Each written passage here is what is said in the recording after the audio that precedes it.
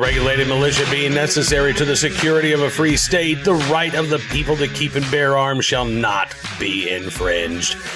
Welcome to another edition of Bearing Arms, Cam and Company. My name is Cam Edwards. Glad you're with me on the program today. We're going to be talking with my friend Mike Sodini from Walk the Talk America here in just a moment or two. As we get into the holiday season, you know, it is a challenging time for a lot of folks in terms of, it's a great time for a lot of folks, but it can also be a challenge, particularly when it comes to our mental health. And Walk the Talk America, you know, their whole mission is about helping to ensure the mental health of gun owners and to do it without imposing all kinds of legislative remedies. So we'll talk with Mike Sodini about that. We've also got our Armed Citizen Report, our good deed of the day, and our recidivist report as well for you coming up later on in the program. And I will, at the end of the show, give you another TMI update on what's going on with Miss E. So stick around for that if you are so inclined. But right now, let's get to it. The latest from Walk the Talk America and Mike Sodini doing some great stuff out there. And get ready to head into the Lion's Den, as a matter of fact, in just a couple of weeks. Take a look and a listen. Mike, thanks so much for coming on the program. It's good to see you again, my friend. Yeah, likewise, Cam. It's always good to see you. Yeah, you know, so when originally I asked you to come on the show this week, I kind of thought, you know, we're heading into the holiday season. I know that this is a tough time for a lot of folks, right? Particularly as you get older, you know, you're a kid, man, you look forward to Christmas and you look forward to Thanksgiving. And as you get older, you know, these holidays are often tinged with sadness and painful memories. We know that this is a time of year where, you know, self-harm and mental health struggles can really kind of increase. So I originally just kind of wanted to have you on to talk about, you know, what gun owners can be doing, what we should be looking for with our friends and our family members this time of year to help those who might be struggling, and the resources that Walk the Talk America provides. So I want to start there, but I do have a couple of other things I want to talk with you about while you're here. Yeah, absolutely. Holidays can be tough, right? The older we get, the more we experience loss. Then the holidays come up and we start thinking about the times we spent with those people. Then there's a financial component, a lot of stress. You know, we try to provide presents for kids, presents for everybody, a lot of coordinating, a lot of difference of opinions, you know, having family at the table, especially coming off an election. Holidays are going to be pretty interesting this year. But, you know, one of the things I think that we all need to be, and it just goes with gun ownership, is mindful of these things, right? And preparing for these things. And, you know, not to try to always plug a Walk the Talk America program or something like that, but that is exactly why we the mental health plan, which is a free resource on our website for gun owners, to plan ahead for things. We like to plan ahead so we're not catching you when you're at your wit's end. You're actually prepared for this before, when you're mentally healthy and you feel good, and you know, continue that, as opposed to let's wait till you are, you know, about to throw a turkey through a window. You know, I'm making light of it. I'm not, but it's the way I cope. But, you know, holidays can be tough. So we have to be mindful of our firearms. We have to be mindful of the people around the house that may have access to those firearms. It's super important. Absolutely. And so, you know, what is Walk the Talk America? I'm sure that most of our audience is familiar with what you do. But again, what is Walk the Talk America? What purpose does it serve, again, in helping those folks before they get to a crisis, and hopefully to prevent a crisis point from being reached? I think where we come into play is being a couple ways. One is being the trusted messenger, right? Everybody that's involved in this industry or in this organization is from the firearms industry. All of us make our living from the firearms industry. We are the first ever homegrown, I would say, organization from the industry to tackle the mental health issue. There were suicide prevention programs before. You know, we've seen those here and there sporadically, but we were the first ones to say it's not just suicide prevention, it's about maintaining your mental health as a gun owner and understanding that guns and mental health aren't mutually exclusive and they can go together. So I feel like what we do is kind of spark the brain, right? Like we're not going to change the world, but we're going to spark the brain for the gun owner to say like, oh, I never really thought about that, or I've never heard anybody say that to me that's actually from the gun industry. It's always come from behavioral health or people that don't understand us. That's why we work with so many different like little programs or little like PSAs that gun owners can appreciate. Like we recommend, hey, you're feeling stressed out, go put some lead on target. Like there's no mental health organization that's going to tell you that, right? We know that they're going to be, that's a taboo for us. It's like, hey, feeling off target, get out there and put some lead on target, like things like that gun owners can appreciate. So I think that that's where we play a really vital role. And I'm going to do three things, right? Those first two. And then the third one is, I feel like we kind of give some hope to gun owners that they could be part of the mental health conversation and not have to feel dirty about it at all. We look for solutions, that type of thing. Well, and I'm glad that you talk about that, because I think this is, so there's the outside stigma about mental health just in general, right? But then there is also, I think, that concern and that fear among a lot of gun owners that, okay, and again, let's take self-harm out of this. Let's just talk about a stressful situation and the life stressors, right? If I reach out for help, if I want to talk to a counselor, if I even want to talk to my doctor about what's going on, am I going to get red flagged? Right? Am I all of a sudden going to be seen as a danger? Am I going to be seen as a threat by these folks?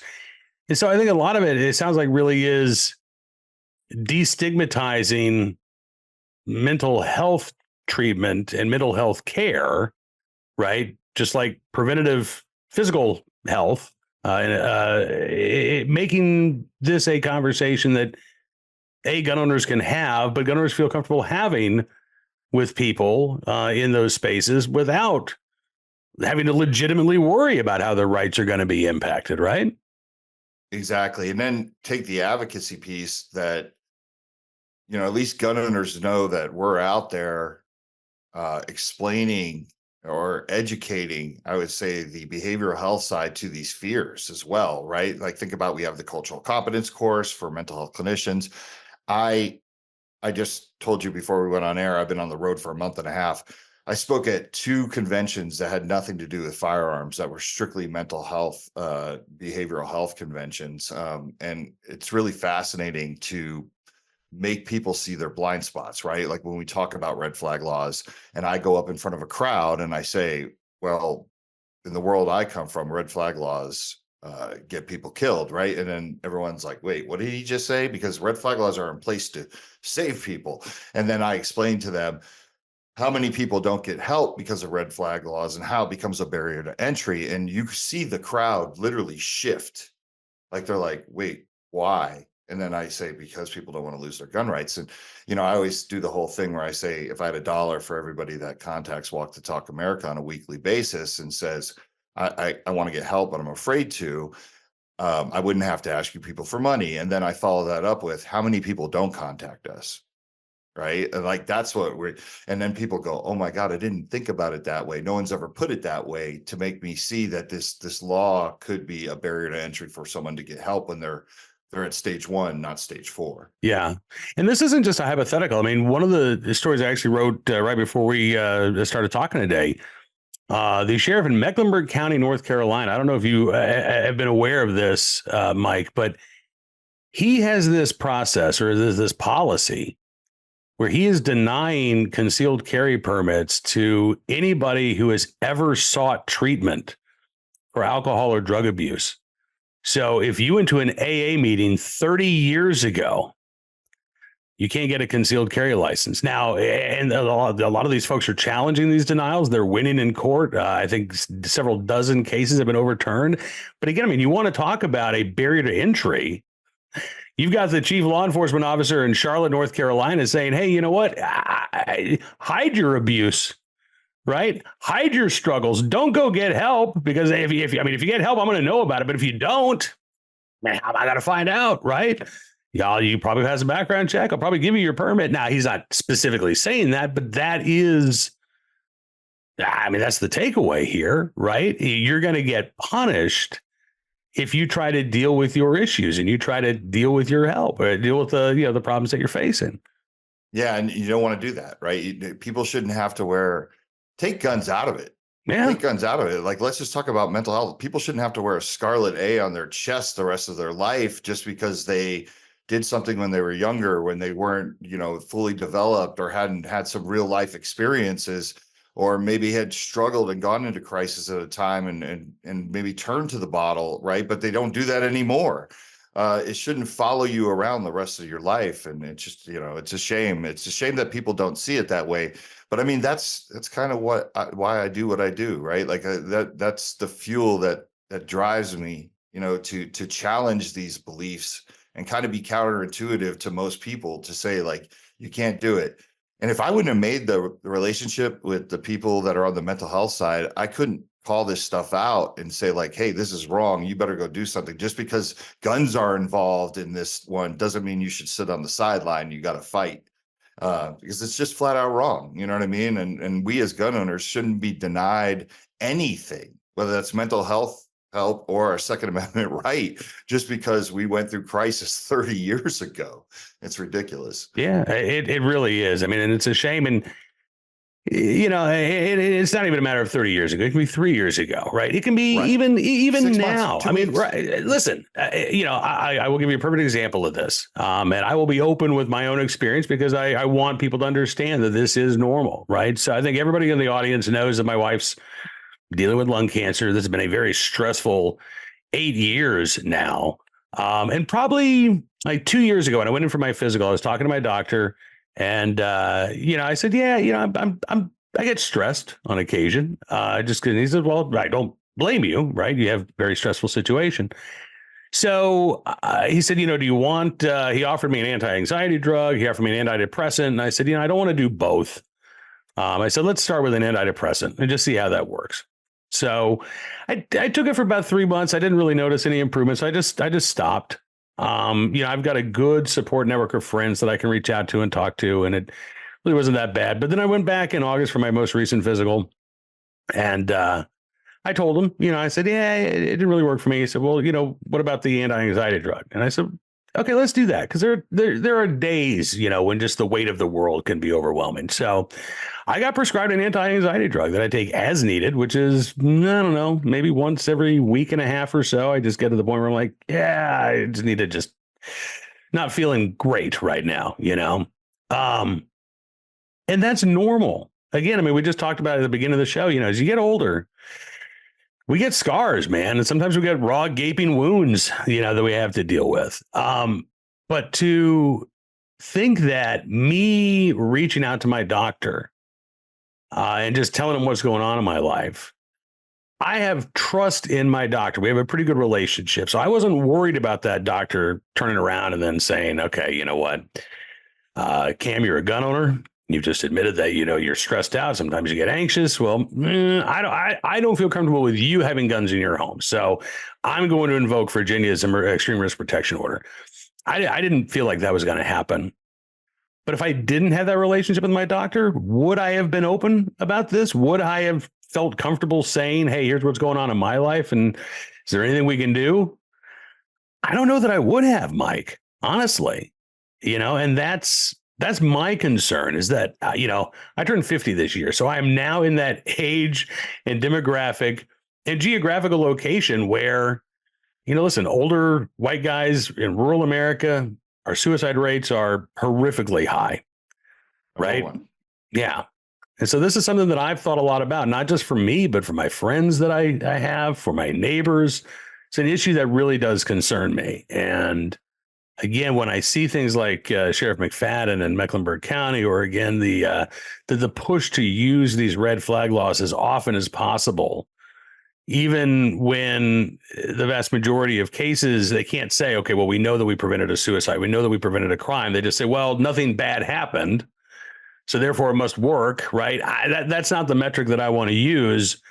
I think in many ways we are going about this backwards. And I think that's one of the reasons why I like what Walk the Talk does, is because, it takes the legislative side out of it, right? And it's all about that individual human connection and what can we do to to make people to help people help themselves and to help people manage their mental health, just as we manage our physical health.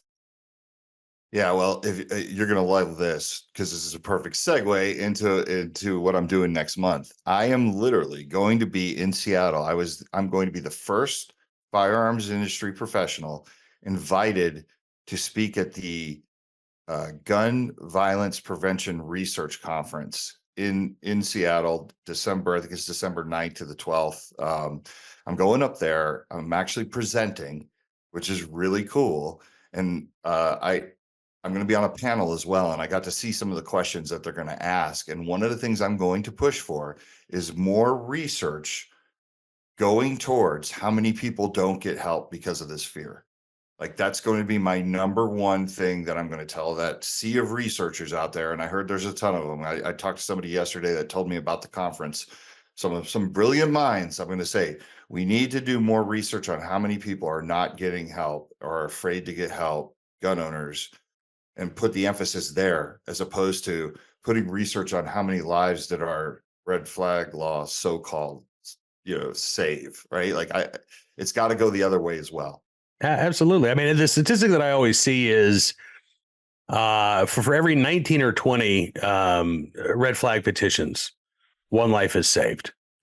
And that's that. Listen, I'm glad that one life is saved, but let's talk about the other 19 cases here, right? So were those individuals who needed to have their guns taken away? Were those individuals who harmed themselves after their guns were taken away? Because I think, again, and you and I have talked about this before, Mike, to me, the issue isn't gun involved suicides, right? The issue is self-harm. The issue is somebody taking their life. I don't want anybody to lose their life by any means. I not just, take the gun out of it and all of a sudden they use a rope or pills or whatever. That to me is not a success story. And I think for those who have that, myopic focus on the gun, maybe that is a success story. I would like to think that's not the case, but maybe it is. So I'm curious to see how your presentation will go next month, and I'd love to have you back on actually after you get back from Seattle to maybe give us an after action report.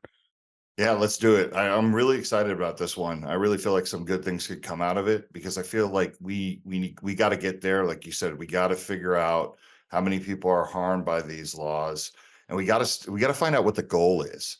Is the goal to reduce suicide, or is the goal to get guns out of the house? Like, if I can get them to admit that, there's a start, because I don't feel like taking someone's property and walking away and being like, I hope you get better soon, guy.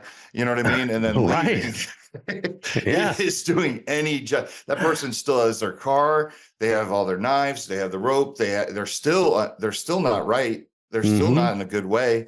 It's not like you've given them any hey, this is what you should do to get better. There's no advice given in these things. It's a police officer coming and saying, let me take the thing that you use to protect your family with and yourself, and that symbolizes freedom to you, away, and walk out the door and be like, good luck out there. Right. Yeah. That's problem right. solved.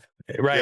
Yeah. And I'm with you. I don't get how somebody can, a judge can deem somebody to be dangerous, take their guns away, and then think that the problem has been solved. Well, the person who's a danger to themselves or others is still there. Right. And these red flag laws, I can't think of a one that involves a mental health evaluation beforehand. Maine's yellow flag law does. And I can't think of any that offer any sort of mental health treatment after somebody has been deemed to be a danger to themselves or others. As you say, they take the guns and then you're on your own, right? The state's job is done, and the problem is solved. So again, I'm really looking forward to hearing what happens there in Seattle as you kind of walk into the lion's den, Mike. It'll be interesting. Yeah, and I just want to tell one story, because I feel like sometimes we get caught up in the negative stuff. There is hope, right? I was just speaking at PTAC in Seattle, so I got to go back there. And basically, PTAC is a convention full of social workers and police officers. So it was a really interesting split of the dynamics of the crowd, right? But when I got up to speak, and I was co-presenting with Mental Health America, and basically our speech or our presentation was about two worlds coming together to work together to find solutions. And I brought up, I started off, looking at the crowd and then just basically saying, hey, like, here's the things we do. And I put this card up, which is the free and anonymous mental health screening, which Ruger and, Bursa and High Point, all those companies put in the boxes of their guns. And the audience clapped. It was the first time I'd ever gotten that reaction. I keep in mind, like, half of the audience is social workers. Most of them are anti-gun. And I wish I was like, damn it, of course we're not filming this. But it was the first, just me saying that the gun industry was doing something to these people created that clapping, and it became, infectious. Like the whole thing, I was like, wow. So, there are some positive things going on. We just got to get the word out there. We got to be out there more. Absolutely. Well, listen, you've got a microphone and a platform anytime you want it. And if folks are going to be at SHOT Show, I know that you'll have your booth there. I'd encourage folks to stop by, right? We won't have a booth this year. I'm going to be walking around. Oh, okay. Yeah. So, if you want to meet me at SHOT Show, just get a hold of me beforehand. I love chit-chatting about this stuff. But yeah, it's better for us to be on the move, talking to the manufacturers, getting more companies involved than it is for us to be stationary, just because we are a 501c3. It is tough to always have people manning the booth. It has nothing to do with us being in trouble. We're going to be here forever, but it's more or less just being mobile and being able to do media and things like that. I think is the better strategy for us. We did the booth thing for many years, and we're just going to pivot and change it up this year. Nice. Well, and I mean, let's be honest here. If you don't have to spend money on the booth, that's more money that can go to the programs, right? So 100%. There you go. All right. Well, listen, man, I hope that you have a very happy Thanksgiving and a Merry Christmas if we don't talk to you before then. But yeah, let's have you back after you get back from Seattle. I'd love to continue the conversation. Okay. So happy Thanksgiving to you too. And then we will talk before Christmas because, like I said, this is the beginning of December. So I'm excited to come back on and let your listeners know what happened.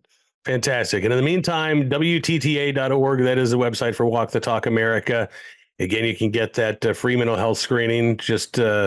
And again, it's not about, this isn't about the government knowing the results or anything, right? This is just about personal empowerment, empowering you as a gun owner to be in charge of your mental health and to understand, where you are at that point, right? Yep. See where you're at. That's it. You could be perfectly healthy. Just make sure you're there and see where you're at if you're curious, right? You could use it as do it once a month. Just check in on yourself. Yep, absolutely. Well, listen, Mike, thanks again for all that you do and safe travels. We'll talk to you here in a few weeks. All right. Thank you, Cam. I really appreciate you. Well, right back at you, Mike. Mike Sodini joins from Walk the Talk America here on Bearing Arms, Cam and Company. My thanks to Mike for joining me on the program. And, again, just personally, if you are struggling with stuff, with anything, please, listen, I understand the concerns about the stigma is real, but please don't let that stop you from reaching out and talking to somebody if you need to. Doesn't have to be even a mental health professional, just a friend, family member, somebody that you think will lend an ear. Sometimes that's all that's needed. And I hope that you've got that. All right, let's turn our attention now to today's Armed Citizen story, good deed of the day, and our recidivist report. We'll start there. A case out of Minnesota. It's such a bizarre story. Here's the headline. Man gets jail and probation for wounding a teenage girl in a St. Paul shooting. Jail and probation. 25-year-old Arlanders Marshall pleaded guilty back in September to second-degree assault with a dangerous weapon, as well as possession of a firearm and ammunition by a person prohibited because of a violent crime conviction. So keep in mind that if prosecutors in St. Paul had kicked this case up to the U.S. Attorney's Office, Marshall could have been eligible for up to 10 years in prison just on the violent felon in possession of a firearm charge. But instead, they kept the case local, and Marshall walked away with what amounts to a slap on the wrist, just under a year in jail and 5 years probation for shooting a 15-year-old girl in the foot during a fight at a St. Paul park last summer. The victim's mom told police that back on July 13th, her daughter was shot. It was apparently a fight at a park there. The mom said that Marshall's girlfriend had recently gone to court on a robbery charge and learned from police reports that the victim's mom had actually spoken to police. The mother was also charged in that case. The mom said the girlfriend was upset, gave some other girls some pepper spray, who then used it on the mom's children the night before. The mother and the woman, quote, had words on Snapchat after that. The Pioneer Press reports that the mom told police that she, along with her 15-year-old daughter and other family members, were at Roy Wilkins Park. When they were near their car, she said another vehicle pulled up. Marshall and two women got out, yelling about the previous robbery that had taken place. The girlfriend apparently punched the mom with a hard-covered lighter and then pepper sprayed both the mom and her daughter. The mom said that she then saw Marshall's girlfriend hand a gun to Marshall, who shot at them multiple times. The woman's daughter yelled that she had been shot. The group drove away. Officers found 14 shell casings at the scene. The vehicle belonging to the mom and her daughter had 4 bullet holes in the hood. A search of Marshall's office, or rather apartment, turned up ammunition with the same stamp as the spent casings collected at the scene. Police did not find a firearm. And location data from a cell phone connected to Marshall placed the phone in the area of the shooting. Now, Marshall's girlfriend also faced the same charges that he did, but they were dismissed back in August.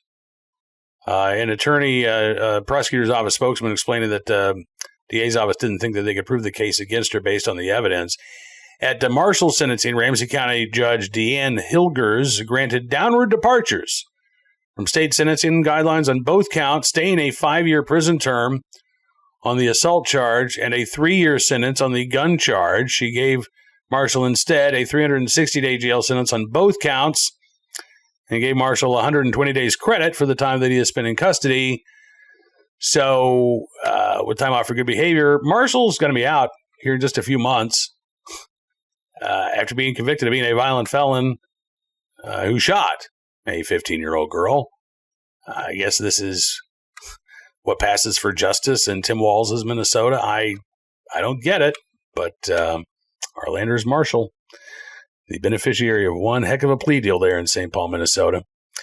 Today's Armed Citizen story from Lakewood. I believe this was Lakewood, Washington, where a convenience store owner was wounded in a gunfight with several would-be robbers, according to authorities. It was about 11:15 Wednesday morning. It was broad daylight. Officers dispatched reports of gunshots at the McCord Mart in Lakewood. This reports that the store's owner had been shot. The owner was in the parking lot when officers arrived with a gunshot wound to the leg. Officers provided medical aid until he was taken to a local hospital. Thankfully, the wound not expected to be life-threatening. According to police, 3 individuals entered the store, another one waiting outside. One of the 3 individuals who came into the store then tried to steal some items.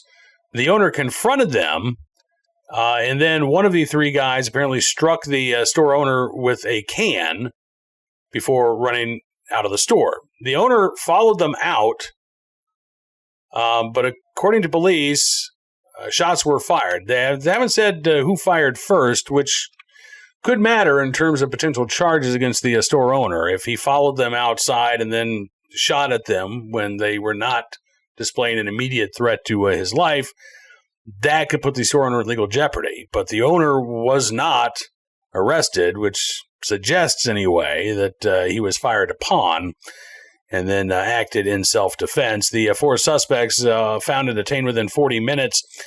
2 juveniles, as well as 2 adult men detained.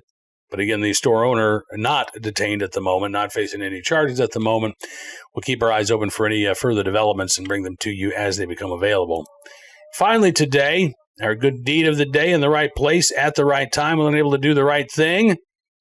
A Wisconsin man from the town of Mukwonago, I'm probably not pronouncing that right, saving a life while running the Chicago Marathon not long ago. Brian Barrys is the hero in question. He is a nurse, usually works at the Waukesha Memorial Hospital, Mukwonago, but he was there in Chicago. He's been a marathon runner for more than a decade. He runs the Bank of America Chicago Marathon nearly every year to raise money for the Ann and Robert H. Lurie Children's Hospital in Chicago in honor of his son, Kieran. Brian said that Kieran had a life-saving surgery at 5 days old. And this year, in addition to raising money, he said that he was hoping to run the marathon in a time that would qualify him to compete in the Boston Marathon. He was on pace to do it. So it was kind of in a rhythm. Now I was running. Everything felt good. But just after mile 21, he said there was a woman running not 10 yards in front of me who collapsed. And he said, I immediately ran to her. She didn't have a pulse. She wasn't breathing. So Brian started CPR immediately, along with the help of a bystander who saw what was going on. Now, in doing so, Brian probably blew his chances of getting to the Boston Marathon, at least based on his time, because he ended up performing CPR on the woman for 45 minutes before the fire department could get her off of the course into the hospital. And Brian says that he was worried she wasn't going to make it. But she did. She did. As a matter of fact, Brian Barris got to meet Maria Sutton last night in Chicago. Maria did suffer a heart attack while she was running.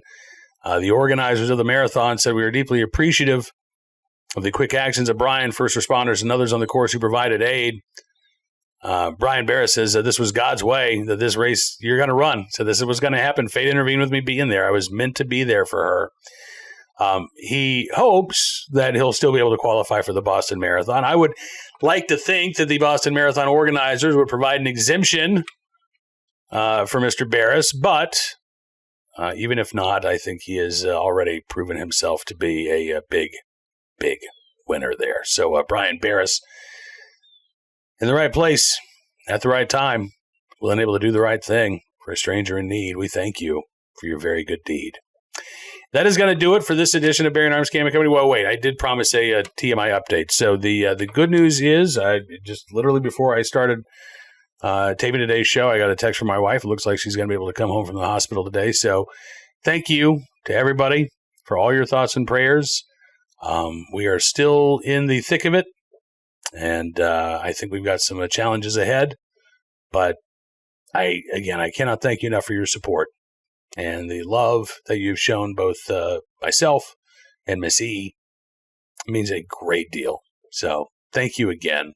We'll be back on Monday with another edition of Bearing Arms Cam. Actually, no, we won't. I just remembered. I'm going to be off next week. Regularly scheduled time off this time around. No emergency. So we will not see you next Monday, but be sure to check out BearingArms.com. Tom Knighton, John Petrolino, Ranjit Singh, and the gang will be holding down the fort while I am gone. I will be back in a little more than a week, and I'm looking forward to spending some time with you again. But until then, I hope that you have a very happy Thanksgiving. And for those, again, for whom the holidays not necessarily a happy time, please know that there is support out there. There are friendly voices who are willing to listen.